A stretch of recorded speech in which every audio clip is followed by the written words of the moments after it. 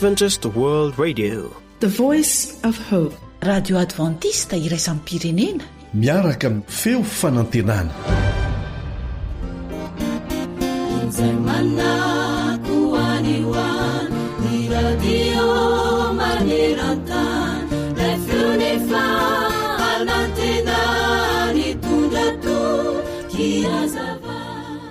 indray andro raha nivoaka ny trano ny tirenim-pianakaviana iray dia nahita lehilahy antitra anankitelo lava volombava nipetraka teo anoloan'ny tranony. Endrika tsy mbola fahitan'ilay ramatoa mihitsy reto lahy antitra reto, nefa nanantona azy ireo raha vehivavy ary niteny hoe tsy fantatro ianareo kanefa hitako fa tena nona tokoa. Raha sitrakareo re tompoko dia mandrosoa atao trano hiaraka-sakafo aminay e. Dia namalyilay vehivavy avy hatrany ilay rangahy antitra voalohany ka nanao hoe tsy miara-miditra ao an-trano izahay telo. Izaho no fitiavana, ity faharoa ity kosa izy no arena, ary ilay fahatelo no antsoina hoe fahombiazana. Ka izao miverena aloha ianao ao an-tranonao, ary resao ny ankonanao hoe izy aminay telo lahy no tianareo ampidirina ao an-tranonareo. Dia lasa ilay ramatoa niditra tao an-trano ary nitantarainy tamin'ny ankohona ny zavatra nitranga. Hafahafa koa izany hoy ny ankizina maly. Raha izany no izy tsy aleo ve ny arena no ampidirina ato an-trano roneny a? Tsy nanaiky izany anefa ilay reny ka nilaza hoe maninona kosa raha mba hifahombiazana ianao mpandrosoany? Tena ilainy dadanareo anie izany amin'ny asany e. Fa hoy kosa ilay zandriny kely indrindra mbola miana miteny hoe tiavana, tiavana, tiako. Fantatra izy ireo avy hatrany ny tian'ilay zaza lazaina fa ifitiavana ny tiany. Noho ny fidongin'ilay zandriny indrindra dia nanaiky ny fangatahany ny rehetra tao an-trano, ary dia nivoaka ilay reniny ka nanasa ny fitiavana androso ao an-trano. Nitsanga ny fitiavana ary gaga ilay ramatoa fa niara-nitsangana tamin'ny fitiavana ihany koa hiarena sy fahombiazana ka nanaraka azy. Dia nanontany azy roa lala ireny-pianakaviana hoe ifitiavana ihany nantsoko nefa nahoana no manaraka azy koa nareo? Nefa nilazainareo tamiko fa tsy afaka miara-miditra ianareo telo. Dia namaly ilay ramatoa hiarena sy fahombiazana ka niara-niteny hoe raha toa ka nanasa ny arena na io fahombiazana ianareo dia tsy maintsy nijanona taty ivelany ny roa taminay. Kanefa ifitiavana no nasainareo sy tianareo androso ao an-tranonareo dia manaraka azy mandraka rivo izahay naiza naiza lehany. Satria naiza naiza toerana hitoeran'ny fitiavana dia manaraka mandraka riva no fahombiazana sy ny arena. Ny olona manampitiavana mantsy no ahita fahombiazana eo amin'ny fiainany ary ahay mitantana ny fananany hampanankarena azy. Endrim-piainao jaina, mety mahomby tokoa ianao eo amin'ny fiainana nefa tsy manampitiavana dia ampiheboheboanao fotsiny izany. Mety manan-karena ihany koa ianao nefa tsy manampitiavana dia ho hitanao fa zava-pona izany. Fa raha manana fitiavana kosa ianao, na dia ny ono maro aza tsy mahavony ny afon'ny fitiavana, ary ny renirano tsy mahapoaka azy, na dia misy olona manome ny fananany rehetra ao an-tranony aza amidy fitiavana dia atao tsinitsinina izy. Hoy ny voalazan'ny tononkirany Solomona toko 9 ary tsarovy fa ny fitiavana dia tsy ho levona mandrakizay ho ny tenin'Andriamanitra.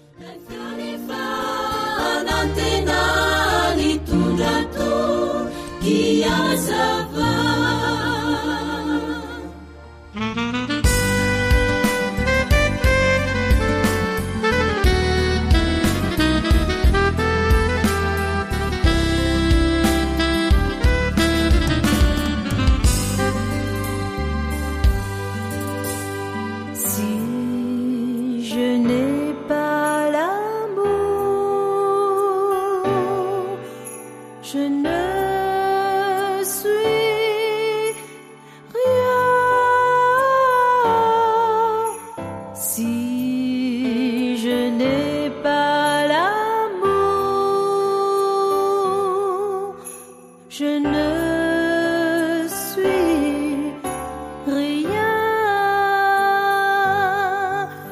J'aurais beau parler toutes les langues, j'aurais beau connaître l'avenir, j'aurais beau chanter la joie du monde, j'aurais beau me donner tout donner. L'amour prend patience, l'amour en service, l'amour ne jalouse pas, l'amour ne s'irrite pas. Parka Noro. Je n'ai pas l'amour, je ne suis rien. Si je n'ai pas l'amour, je ne suis rien. J'aurais beau transporter les montagnes, j'aurais beau livrer mon corps aux flammes, j'aurais beau chanter la foi du monde, j'aurais beau me donner tout donner. L'amour, espérance, l'amour, endurance, l'amour aime la vérité, l'amour ne passera pas. Si je n'ai pas l'amour, je ne suis rien. Si je n'ai pas l'amour, je ne suis rien.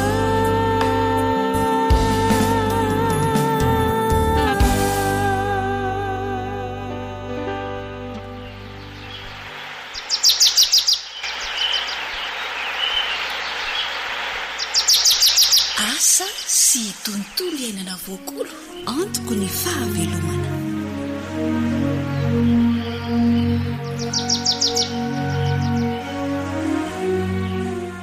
Fifaliana mandrakariva no iarahana aminao atao anatin'izao fandaharana asa sy tontolo iainana izao.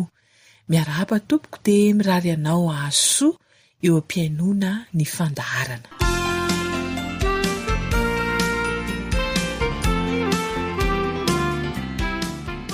Mahafinaritra tokoa ny miasa rehefa tomombana avokoa ny zavatra ilaina, kanefa mifanohitra amin'izay ary manampy tohina sy mahakivy mihitsy aza indraindray rehefa misy an'ilay antsoiny ny mpandrafitra hoe indro-kely. Inona re no isan'ny indro-kely ny fambolem-bary atambary dia inona no azo atao? Manasanao ary anaraka tsara ny fandaharana fa hanampy anao amany olana izany.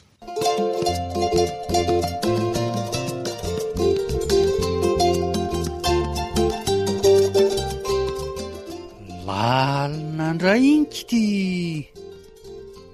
tantara no soratan'ny Zoanitra, andrenesanao ny mpanoratra sy Rila.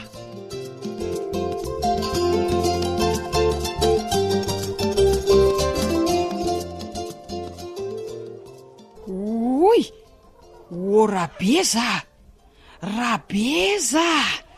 Inny nindran'oroko de tsisy akanaina mihitsy ty antsoatso lavo tika. Rabeza! Avy aingana ianao e!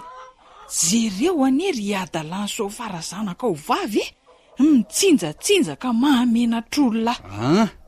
I sofara hoe eny e, sofara ve no manao zany? So de mba diso enao e. avy jereo e. Ahoe? Ary misy ak'izany ianao fa tsisy hitazanako azy e. Aiza? Oe, ino ry mahazo any sofara kely?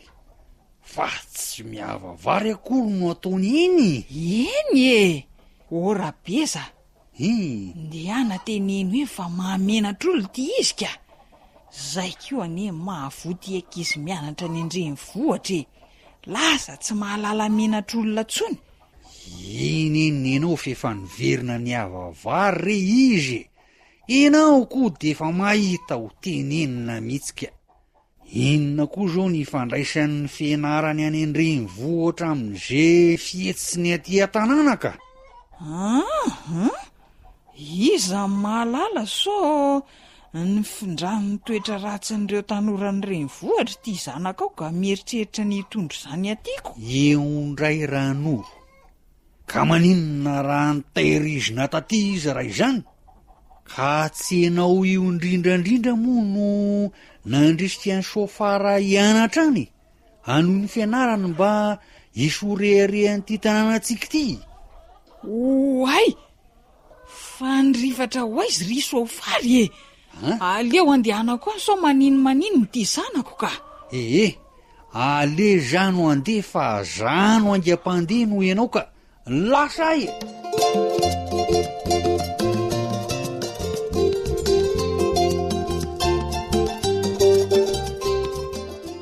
Lalina ndray iny zava-nitranga iny ranoro a. Hitako. Efa tena tsy zatra asa tambary tsony ty zanaka ho vavika. Di tavy rangaha ka atao ampitsinjatsinjaka sy tsoahana tahaka ireny. Dala mihitsy nika. Efa tsy rariny kosa ny dita ao an-tanimbarinao rabeza. Idry. Tsy misy hoe zatra na tsy zatra fa tsy ianao manko miavavary tsetsafi ny dita ka be resaka eo. Zay indray. Aiko tsara ny miavavary ranoro a. Sao ianao mihevitra. Tatsahany ahy. Aiko raha zay tanimbary misy dita. Aleo fa zano amita ny fihevana farany raha pitso. Aleo sofara tsy miavavary tsony fa tsy mamelo mihitsy. Izy koa tsy mety miavavary tsony e. Asa hafa ho nomena azy fa matsiravina ny ditanao. Asa evo mifatona masombolony tsaramaso fa aleo ataon'ny lehilahy. Zay mihitsy.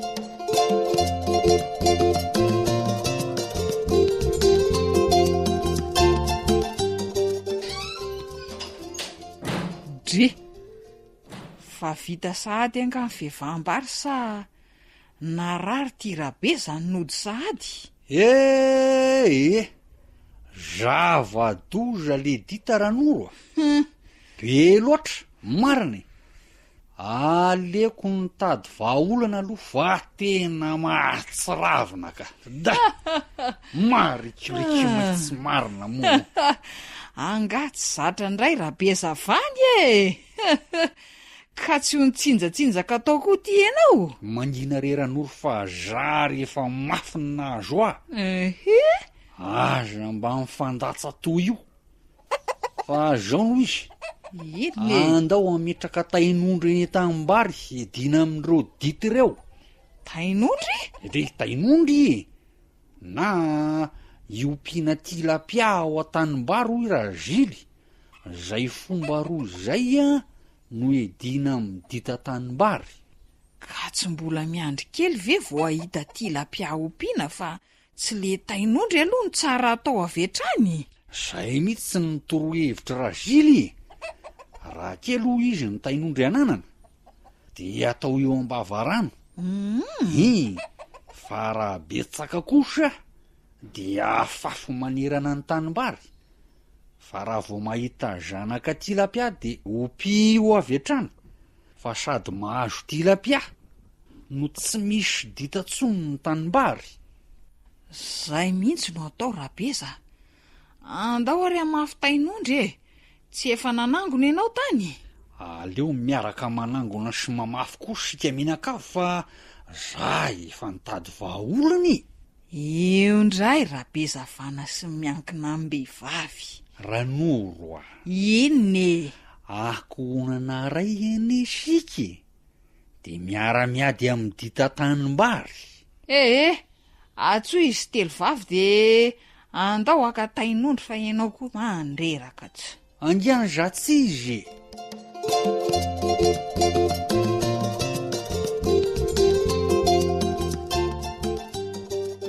Mahasorena tokoa ny dinta, indrindra rehefa manao asa tanimbary iny. Tsotra ny fediana aminy, tain'ondry. Raha kely ny tain'ondry ananana dia atao eo amin'ny vavarano dia efa mety. Raha betsaka kosa dia afafy eo tanimbary mihitsy. Fa ny fiarovana maharitra dia ny fiompiana tilapia tanimbary. Sady mahazo trondro ianao amin'izay no voaro amin'ny dita. Zay ary ny fandaharantsika aloha androany zoanitra no nanomana sy nanolotra izany. Ry lahy kosa ny teo amin'ny lafin'ny teknika izay samy mametraka mandrapitafa ho amin'ny manaraka indray raha sitrapon'Andriamanitra.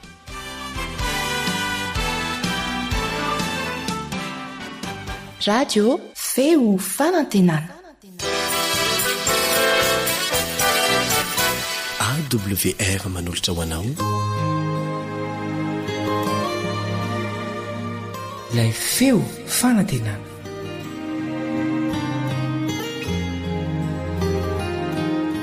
ao toko namanao ndre mbovonjyarina avy ihany zao mandombaravara atao aminao zao dia faly miarabanao ndray amin'ity androany ity. Misaotra an'Andriamanitra isika fa trahatra n'izao fotoana zao ary mbola velonaina koa dia andeha amaky ny teniny izay mitondra izany aina izany ho antsika tsiraray avy isika.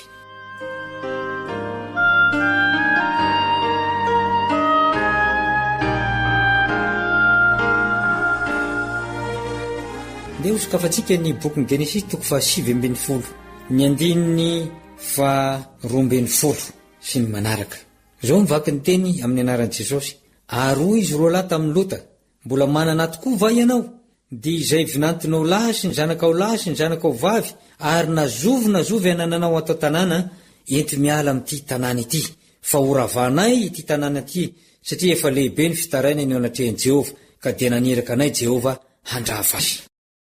Raha tsarotsika ny tantara dia nisy anjely izay tonga nitsidika ny Lota. Ay zany ny antondiany reto anjely reto dia ny ampandrehan'ny Lota fa tsy maintsy horavana ny tanàna ny Sodoma sy Gomora. Koa dia nasainy niomana i Lota mba hiala izany tanàna izany.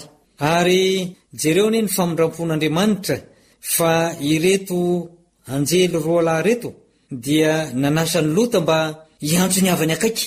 Raha teo ka misy zany ary fantatr'ireo anjely reo raha teo fa misy vinantony sy ny zanany lahy sy vavy izay mbola ao an-tanàna nasainy hoentina mivoaka ny tanàna. Ento miala amin'ity tanàna ity fa horavanay ity tanàna ity. Baika avy amin'ny lanitra ny fandravana ny tanàna ary tsy maintsy ho tanterahany izany. Resaka ora vitsivitsy sisa dia gadona ny afo izay andravana azy. Dia lasa tokoa Lota eo amin'ny 4:10 dia nivoaka Lota ary niteny tamin'ny vinantony izay efa hanambady ny zanany vavy ka nanao hoe mianga miala amin'ity tanàna ity fa horavan'i Jehova ity tanàna ity fa nataon'ny vinantony ho tahaka ny mpanao vazivazy izy. Ry mpiainy malala, zava-doza tsy misy ohatr'izany.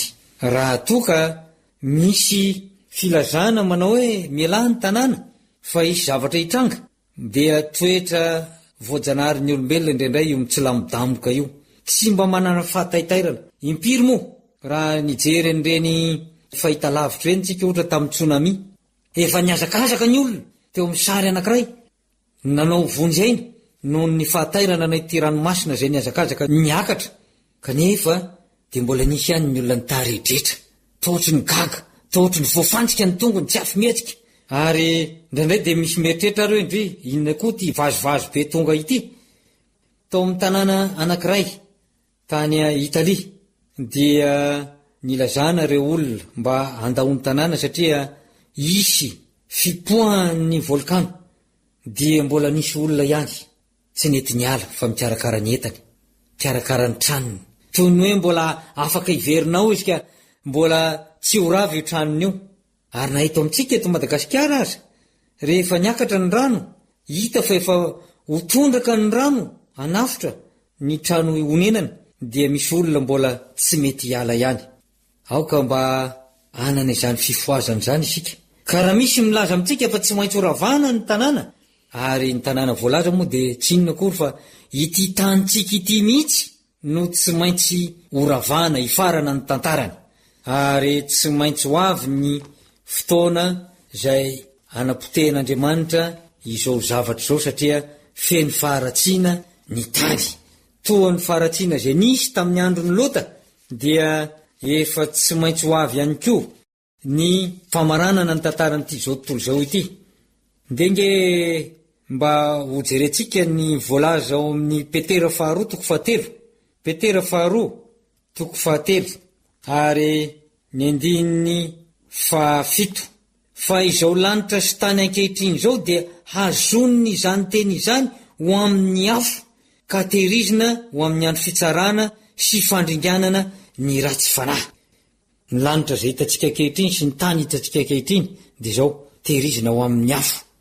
Eo amin'ny andininy 10 dia ahoana ny fomba hisehoany izany? Fa ho avy taka ny mpangalatra ny andron'ny Tompo, ary amin'izany ny lanitra dia ho lasa amin'ny firomoromona mafy, ary ho levon'ny afo ny tena ny zavatra rehetra ka ho dorana avokoa ny tany sy ny asa izay eo aminy. Tsy voalohany angamba ianao no nandre izany teny izany, tsy voalohany ianao no nandre ombieny fa ity tany ity tsy aharitra intsony fa efa miaina ny vanim-potoana farany amin'ity tany ity isika, ary tsy maintsy horavana amin'ny alalan'ny afo toa ny tamin'ny andro Sodoma sy Gomora ity tany ity. Raha tonga aminao zany tenin'Andriamanitra zany androany, aoka ianao tsy handray vazivazy tahaka ny nataon'ny vinantony Lota ka ilaza hoe manao vazivazy ianao ry dada, tsy ilaza hoe vazivazy toa ny tamin'ny andro Noa, raha ny antso nandritra ny 320 taona Noa tamin'ireo olona zay nanangana ny sambo fiara. Tsy lavitra koa reny kanefa dia tsy nanaiky ireny olona ireny dia safotry ny rano. Ry mpiaino malala, manasanao ny lanitra androany mba handray zany fepetra zany, handray fanapahan-kevitra aingana sy maika ianao aza mitarehetra fa tsy maintsy horavana ity tany ity. Ary izany no tonga androany taminao dia satria noho ny famindrampon'Andriamanitra. Ndenga jerentsika ny Genesis 7:20, andininy 7:15, Genesis 7:20, ary noho maraina koa ny andro dia nandodina any Lota ireo anjely ka nanao hoe miainga eto ny vadinao sy ny zanakao roa vavy zay eto, fa ndreo mba haringana ianao noho ny eloko ny tanàna. Ary noho ny tiaraidretra izy dia notantanan'izy roa lahy izy sy ny vadiny ary ny zanany roa vavy noho ny famindrampon'i Jehova taminy. Famindrampon'Andriamanitra ry mpiaino malala no mbola hitantanan'ny anjely anao sy ny ankonanao amin'ny alalan'izany teny izany, manainga anao izy mba hiomana hiala amin'izao tany efa simba ny fahotana izao. Mety anontany ianao ahoana ary zany ny fomba hiaingana araiza ny lalana? Tsotra ihany, ato amin'ny soratra masina ny lakile izay misy ny zavatra rehetra ilaina ny miantso izany tenin'Andriamanitra izany amin'ny fanahy sy ny famarinana. Ao amin'ny Jaona 5:7 dia izao ny voalaza hoe dinihinareo ny soratra masina satria ataonareo fa ao aminy misy ny fiainana mandrakizay ary reny manambara. Raha te hiala amin'ity tany ity ianao, hiditra ao amin'ilay tany vaovao misy fiainana mandrakizay dia izao, dinio ny soratra masina ary mpiaino malala. Adinio ampahamalinana sy ampatokiana ny fitiavan'Andriamanitra, fa izany no hitondra ny famonjena ho anao sy ny ankonanao. Dia manao velomana anao indray namanao andreo vovonjarinay vo amin'izany teny izany ary mame fotoana anao ho amin'ny manaraka. Veloma tompoko.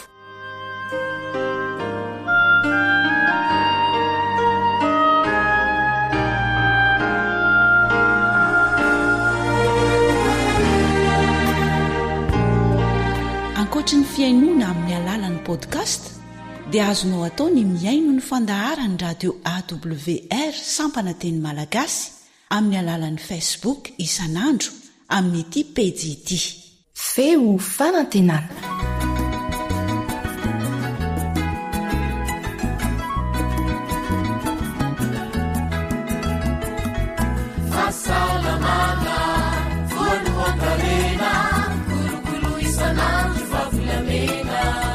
harena ny fahasalamako. harena ny fahasalamako.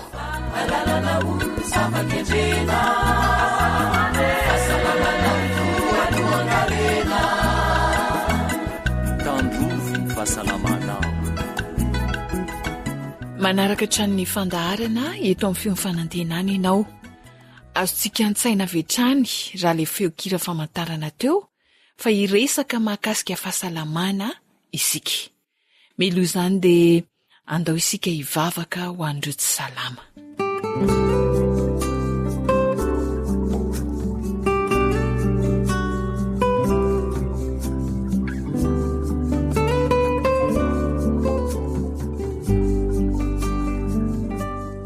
Jesosy malalo amin'ity androany ity izay dia matsiaro manokana ireo marary rehetra, ireo malagasy marary rehetra. Misy ny manana olana fividianana fanafody, misy ny tsy afaka manantona dokotera noho ny alavirany toeram-pitsaboana. Mahita azy ireny ianao Andriamanitra any ambany tafitrano, paritaka amin'ny toerana maro any. Ny fandrinay amin'ity androany ity, hamangy azy ireny isa-tokantrano ianao. Amerina amin'ny laony indray ny fahasalamana izy ireo. Ary amin'izay fotoana izay dia atsiaronao izy ireo fa nisy ny fanatrehanao ka niverina amin'ny laon'ny fahasalamana. Isaoranay sady satria fantatray fa mamaly vavaka ianao. Misaotra Jesosy eo. Amen.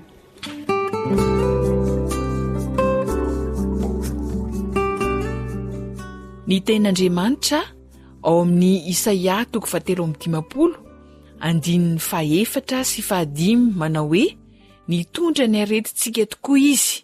Jesosy zany sady nivesatra ny fahorintsika ary ny diakapoka taminy no nahasitranana antsika. Matoka izany tenin'ny soratra masina izany dia sitrana sotomboko.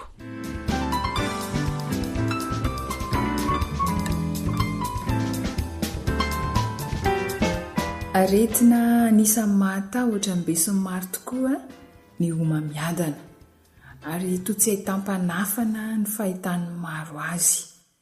Maro tokoa ny homamiadana mitranga fa anankiray ho resahantsika amin'ity anio ity ny homamiadan'ny vozon'ny tranon-jaza. Matetika mantsy dia toa ny homamiadan'ny nono ihany ny voaresaka be ny anivon'ny fiarahamonina eny satria izy no homamiadana anisan'ny mahafaty olona betsaka indrindra. Ankehitriny anefa dia mahafaty vehivavy maro ihany koa ny homamiadan'ny vozon'ny tranon-jaza ka izay indrindra no antony iresahana azy mba hahafahana misoroka.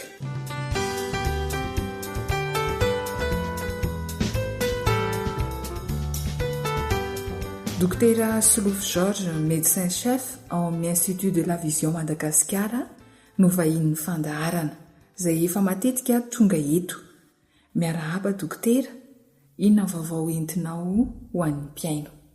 Faly miarahaba ny mpanaraka ny fandaharana AWR. Androany dia resaka manokana mikasika ny homamiadan'ny vozon'ny tranon-jaza na ny cancer du col de l'utérus. Misy antony manokana ve ny resahana izay homamiadan'ny vozon'ny tranon-jaza izay? Mazava ho azy fa eo amin'ny vehivavy no ahitana an'ity aretina ity. Raha ny cancer manokana no jerena, ny cancer mipahazo ny vehivavy voalohany indrindra dia ny cancer ny nono. Ary manaraka ny cancer ny nono dia cancer ny col de l'utérus izay iresantsika androany. Be dia be ny vehivavy maneran-tany maty ny cancer ny nono sy ny cancer ny utérus ka izay zany no iresana manokana an'ity aretina ity. Ya, dia ny vehivavy rehetra ve mety ho tratrany avokoa na mbola mpitovy na efa ray aman-dreny sa misy olona mety ho tratrany manokana mihitsy? Ny cancer ny vozon'ny tranon-jaza na ny cancer du col de l'utérus dia mipoitra eo amin'ny faritra antsoina hoe epithélium du col de l'utérus. Eo zany izy no manomboka. Ka ty homamiadana ty na ty cancer ty dia voambara fa amin'ny teny frantsay moa dia hoe directement en rapport avec l'activité sexuelle. Zany hoe ny vehivavy izay efa nisy firaisana ranofo na fiarana tamin'ny lehilahy ihany no mety ho tratrana. Ny vehivavy efa nanao firaisana ranofo zany na manambady ilay vehivavy na tsy manambady, izay mety ho tratrany ity homamiadan'ny vozon'ny tranon-jaza ity. raha mbola tsy nanao firaisana ranofo izany aloha ny vehivavy dia tsy misy atahorana. Ka hono dokotera, rehefa tokotokony eo amin'ny 4 taona eo vehivavy no hitrangany izy ity. Raha ny fitrangany raha ohatra tany Frantsa zao ny jerena tamin'ny taona 2000 dia vehivavy 8 isaky ny vehivavy ray hetsy no tratra n'ity kanser na ty homamiadana ity. Ny taona hitrangany dia eo amin'ny 530 ka hatramin'ny 515 taona eo no mabetsaka indrindra anazy lany antsoina amin'ny teny frantsay hoe pic. Ary nahitana tahampahafatesana ny mortalité vehivavy 5 isaky ny ray hetsy tany Frantsa io aretin'ny homamiadan'ny vozony tranonjaza io. Dia inona ny tena antony mahatonga ny homamiadan'ny vozony tranonjaza? Misy ny antsoina hoe facteur de risque. Ka ifandraisantsika teo fa io homamiadana io na io cancer io dia misy ifandraisany amin'ny vie sexuelle na ny firaisana ranofo eo amin'ny mpivady na ny firaisana ranofo amin'ny ankapobeny. Ka misy ny aretina azo amin'ny firaisana ranofo antsoina hoe amin'ny teny frantsay hoe maladie sexuellement transmissible. Ka misy virus antsoina hoe papilloma virus na antsoina hoe HPV human papilloma virus. Dia misy type BDB izy io, ka ny type 16 sy ny type 18 no anisan'ny mahatonga anisan'ny facteur de risque amin'io cancer du col io eo amin'ny vehivavy. Dia ny facteur de risque anankiray dia misy ny antsoina hoe précocité des rapports sexuels, zany hoe le vehivavy zany na le ankizivavy mbola aloha be ho izy tonga dia efa miroso amin'izany firaisana ranofo zany dia ho risque, manana risque ho tratrany cancer de col reny vehivavy reny. Dia misy ny antsoina hoe multiplicité de partenaires, zany hoe le vehivavy miaraka amina lehilahy maro zany miovaova partenaire, reny olona reny zany dia mety ho tratrany cancerny col de l'utérus. Mba azony dokotera averina kely ve izay zavatra izay hazava tsara amin'ny mpiaino antsika? Raha averina zany maladie sexuellement transmissible avy amin'ny virus antsoina hoe papilloma virus type 16 type 18, précocité des rapports sexuels ary multiplicité des partenaires, reo zany anisan'ny facteur de risque amin'io cancer du col de l'utérus.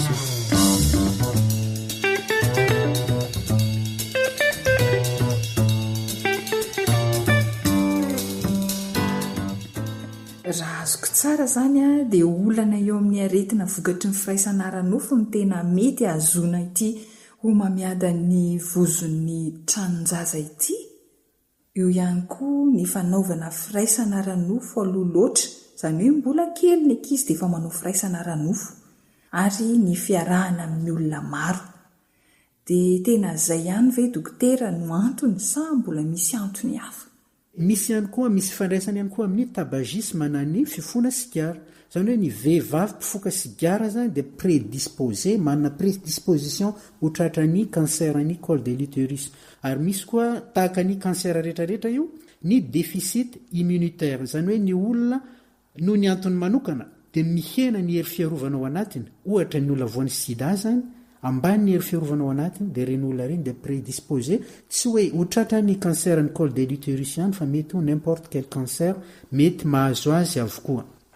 Dia misy moa ny antsoina hoe origine multifactorielle, zany hoe mitambatambatra daholo reo, ao zany ny précocité des rapports sexuels, dia tratran'le infection maladie sexuellement transmissible papilloma virus, sady mbola mifoka sigara dia manana hery fiarovana voajanahary ambany, tambatambatra rehetra reo dia vao maiky miakatra zany ny atonga ny olona anankiray na vehivavy anankiray ho tratran'io cancerny col de l'utérus na ny vozony tranonjaza. Raha fitinina zany mety azona ity homamiadan'ny vozony tranonjaza ity, miampy ny aretina vokatry ny firaisana ranofo, ny fanaovana firaisana ranofo aloha loatra, zany hoe mbola kely dia efa manandrana ny firaisana ranofo, ary ny fiarahana amin'ny olona maro, zany hoe fanaovana firaisana ranofo amin'ny olona maro. Manampy izay ihany koa ny vehivavy mifoka sigara, ny olona ambany ny hery fiarovana ao aminy, reo rehetr'ireo mitambatra dia tena mety ahazona ny homamiadan'ny vozony tranonjaza tokoa. Ka hono dokotera, ahoana mety fisehon'ity homamiadan'ny vozony tranonjaza ity?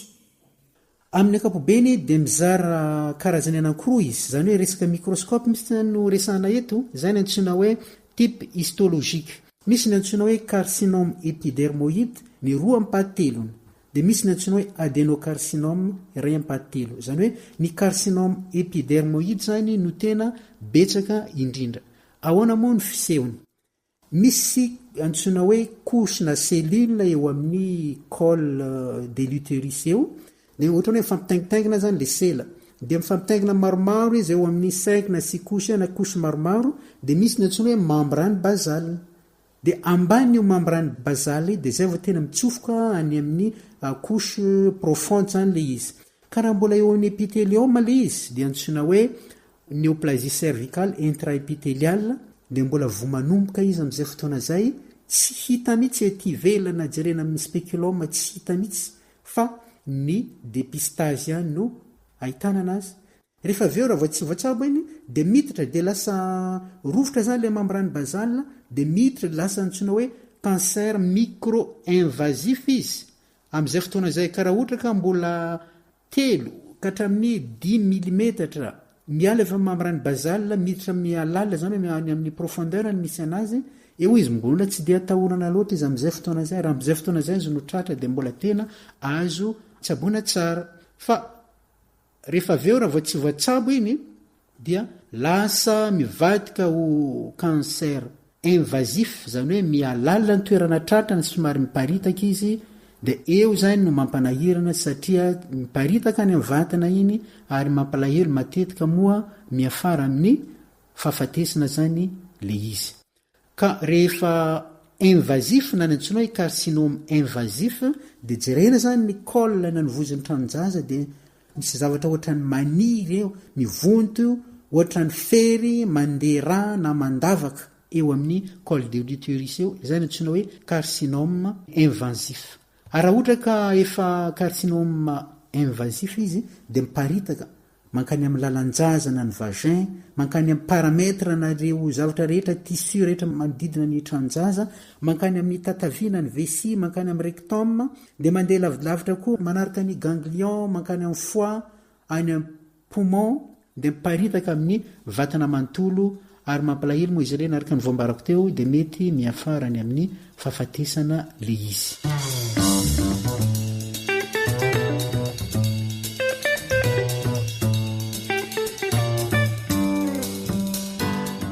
Tsy eritreretina hafady avy hatrany zany ny homamiada ny vozon'ny tranonjaza, raha ilay antana tohatra no tansain'ny dokotera teo no nyrenesina.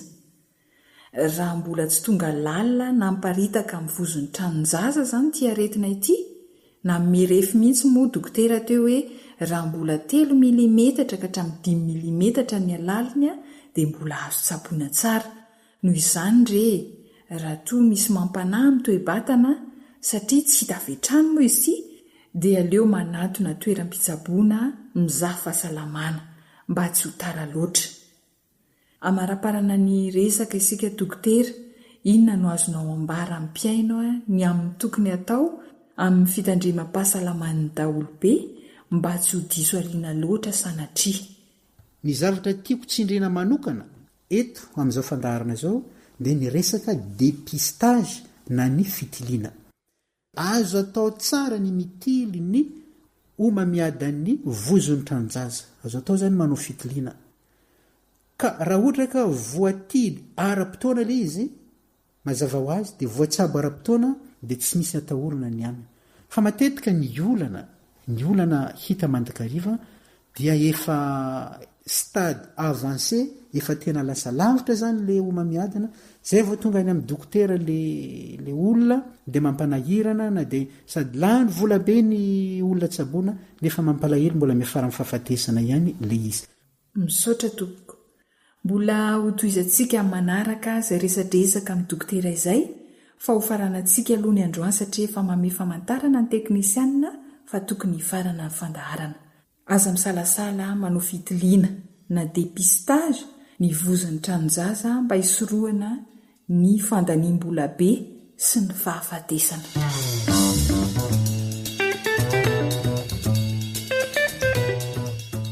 Ankasitrahana indrindra dokotera Solofo Georges nampafantatra ny malagasy sy ny mahakasika ny vozon'ny tranonjaza.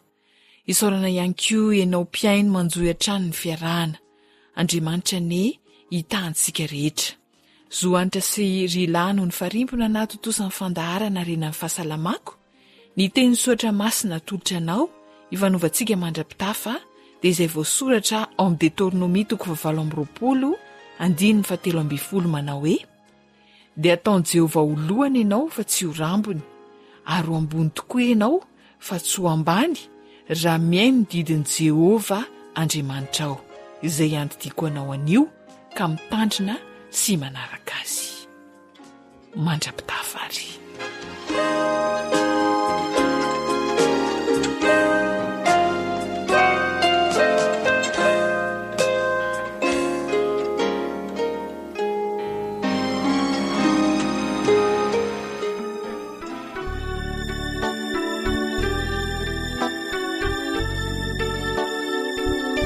Tarika Harlanto.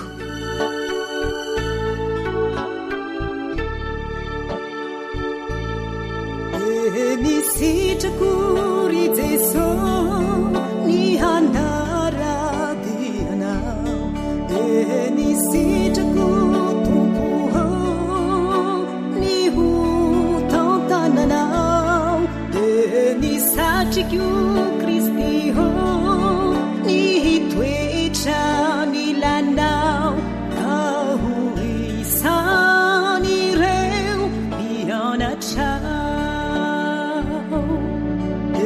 Nisitrakory Jesosy ny hanaradianao, nisitrako Tompo ny ho tantananao, nisatriko Kristy ny hitoetra ny lanao, ka ho isan'ireo mianatra.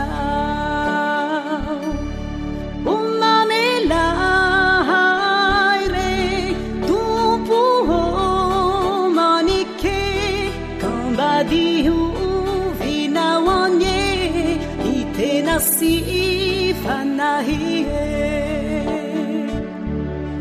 umamelaire Tompo manike tombadihu vinawanie itena si fanahie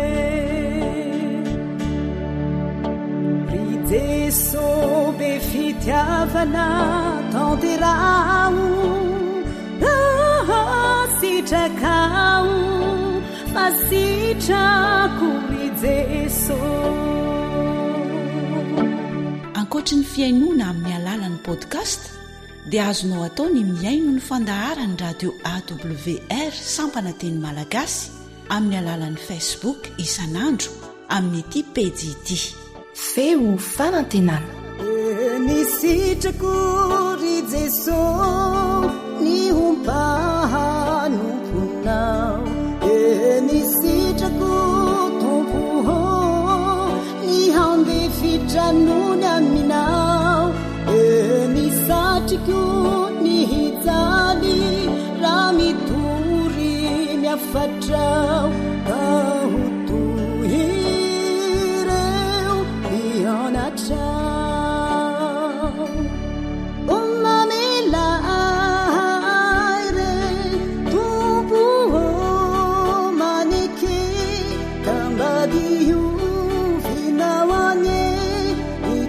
Si fanahie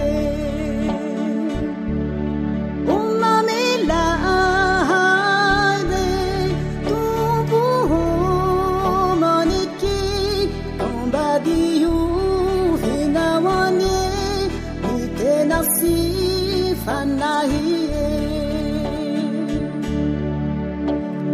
Jeso befitiavana tanterao sitracao fasitrakory Jesosy. AWR mitondra fanantenana isanandro ho anao.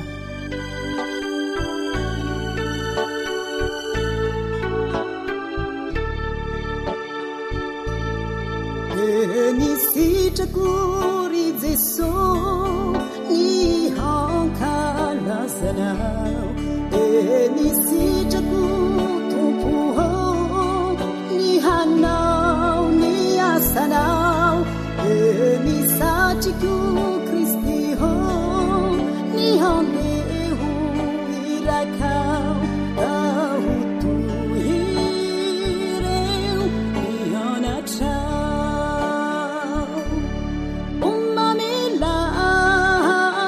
re tompo manike kambabihiovinao anye ny tena sy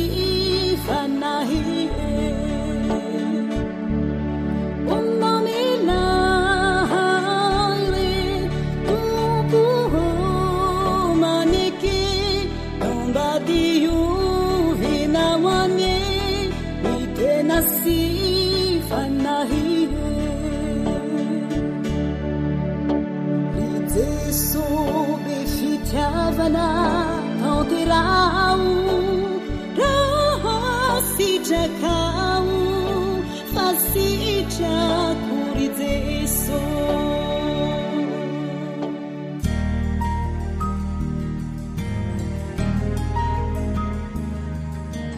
Faniteninao no fahamarinana. Taridalana manokana fianarana baiboly avoaka ny Fiangonana Adventista maneran-tany. Iarahanao amin'ny radio feo fanantenana.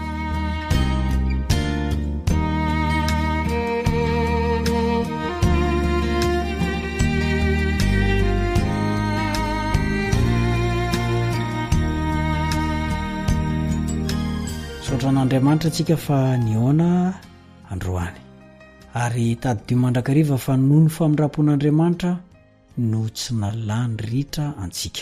Vaovao isamaraina izany ka dia hoderaintsika mandrakariva ny anaran'Andriamanitra. Miarabanao ry namako mpiara-mianatra ny soratra masina ary manona ny fiadanan'i Jesosy Kristy ho aminao sy ny ankonanao ny namanao ry Sarandrenjatovo. Hiara hianatra ny baiboly niraisika androany. Amin'ilay lohateny kely manao hoe omeo voninahitra izay olona tahaka izany. Ahoana indray ny amin'izany? Alao aloha isika hivavaka. Ry raina izay ny an-danitro, misaotranao izay fa nomenao anay ity fotoana ity mba ahafahanay miara-mianatra ny soratra masina. Mamela nefa ny heliko satria amin'ny maha-olombelona tsy mahatateraka ny teny nataonay satria manisy mandrakariva izay dia tsy misy azonay entina eo anatrehanao mba ho fanamarinana anay izay ataonay. Ny toetranay aza dia toetran'olona tsy valahara. Noho izany, noho ny amin'i Jesosy Kristy, noho ny fahamarinan'i Jesosy Kristy, noho ny nanekenao ny sorona nataon'i Jesosy Kristy ho anay, dia raiso izany mba ho fahamarinana ihany koa. Ka tsy ny fahatezeranao no ahitanao ahy sy nijerenao ny namako, fa ny masom-pamindram-po. Dia raha hianatra ny teninao izay, dia aoka mba mifanahinao masina no hampianatra anay, hanokatra ny sainay. Ka izay olona efa nanokana fotoana mba hianona an'izao dia ho tahinao izy. Eny fa na dia izay tsy nanokana ary fa sendra mba nandre izy, dia aoka ianao amindra fo aminay tsirairay avy ka hiasa amin'ny alalan'izany fanahinao masina izany. Beteza ary ianao omba sy tantana anay. Amin'ny anaran'i Jesosy no angatana izany. Amen.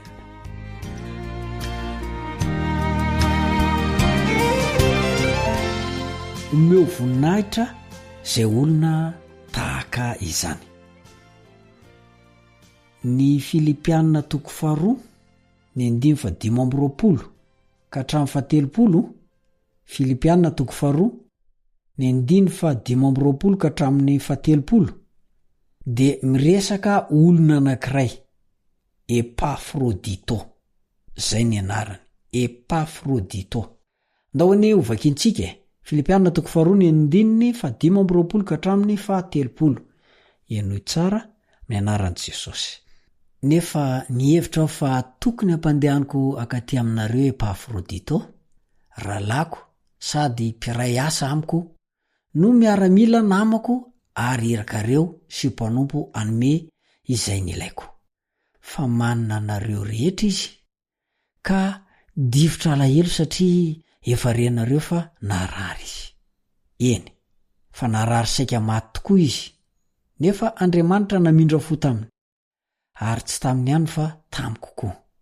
Fandrao anana alahelo mifanotona aho, ko nazoto tokoa aniraka azy aho mba ifalianareo.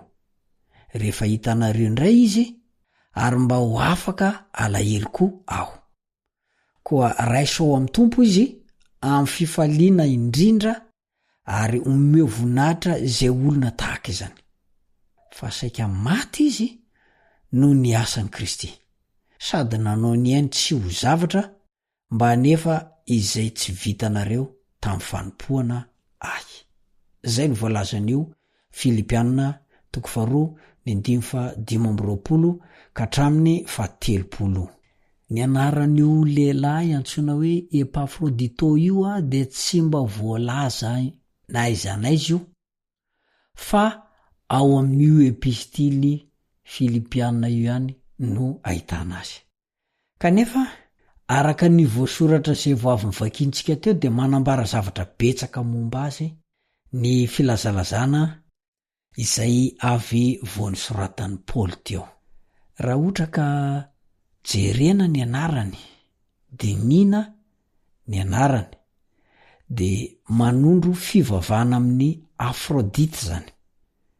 Izy io zany raha araka n'io anarany io de olona nanompo sampy izy io taloha, fa saingy nanompo sampy niova fo rehefa nandre ny filazantsara, ary inona sy antenaina fa tamin'ny fitoriteny nataon'i Paoly.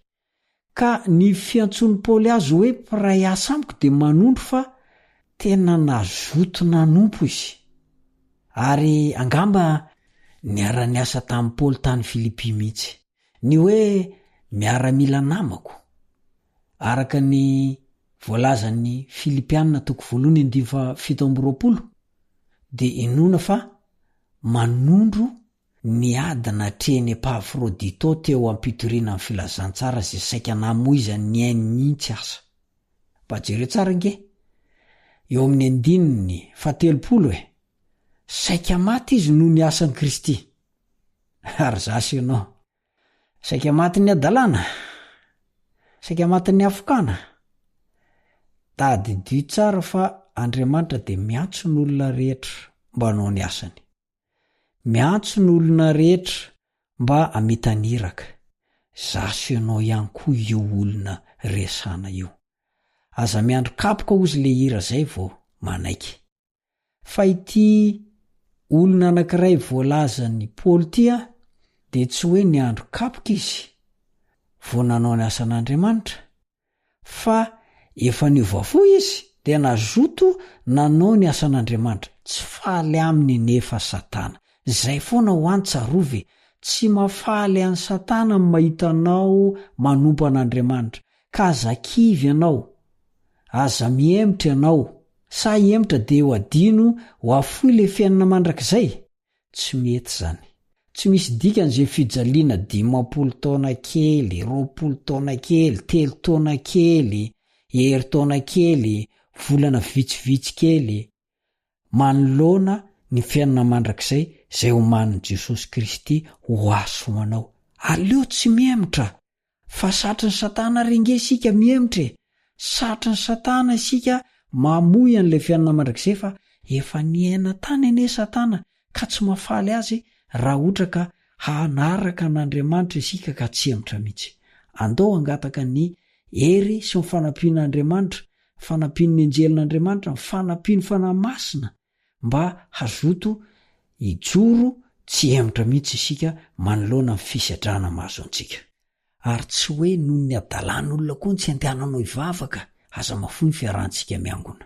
Io Epafrodito io koa de lazain'ny Paoly fa hoe iraka, apostolos zany izy am'teny grika, zay no lazan'ny Paoly eto. Zany hoe notendreny fiangonana tany Filipi izy ary nirana anompo am Paoly tao amponja, de anome zay rehetra mety ny lainy ihany koa. Izy no nanankinan'ny Filipianina ireo vola omena am Paoly. Olona natokisana izy zany fa tsy le mangalangalatra kely mba hividianana ny zosy zao, de ny sisa vao entinany am'izay tena andefasana azy. Tena zava-dehibe ireo fanomezana reo satria ny sakafo, ny fitafiana, ny fandriana na ny zavatra hafa meta ilain'ny gadra romanina de tsy maintsy novidiana tamin'ny volany manokana na omeny fianakaviany sy ny namany ho azy.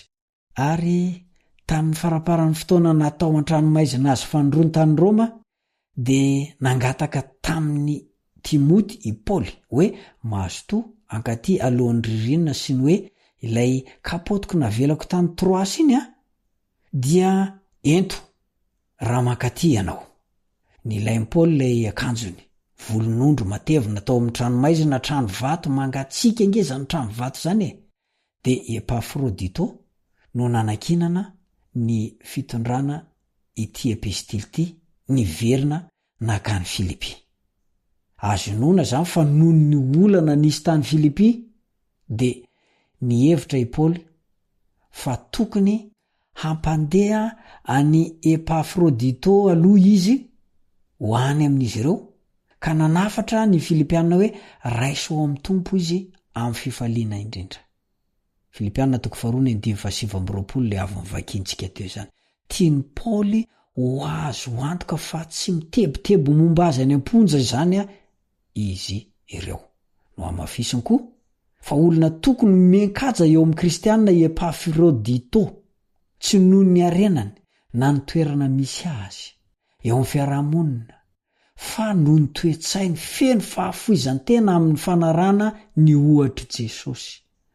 Tsy de fahita firy ao amin'ny testamenta vaovao ny teny grika nadika hoe omeo voninahitra. Nampiasaina zany ilazana ny mpanompon'ilay kapiteny, voalazan'ny Luka 7. Ary nampiasaina ihany koa zany am'ireo olona miaja omena fitoerana aloha any amin'ny fanasana araka ny voalazan'ny Luka 4:9. Ary Jesosy izay vato velona, vato fehizoro, vato voafidy tsara ao amin'ny Petera 2:2-4 ihany koa izay nampiasana anio teny io. Koa lehilahy tena nahazo atokisana tokoa zany Epafrodito, matoa nampidirina ho isan'izany vondrona zany izy.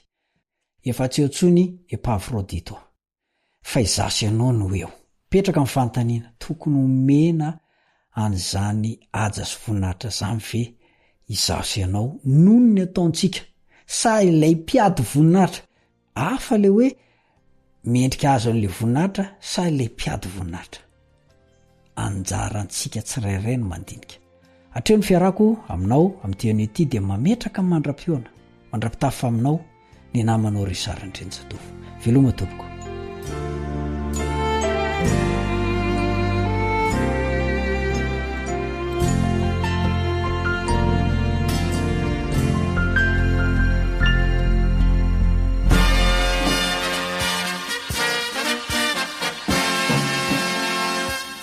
Adventist World Radio, The Voice of Hope.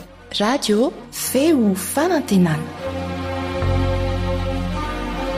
Narahanao teo ny fandaharana no vokariny feo fanantenana amin'ny teny malagasy izay azonao averina sy alaina maimaimpoana amin'ny alalan'ny YouTube, Facebook, feo fanantenana. Mirary 420 ora finaritra ho anao ny AWR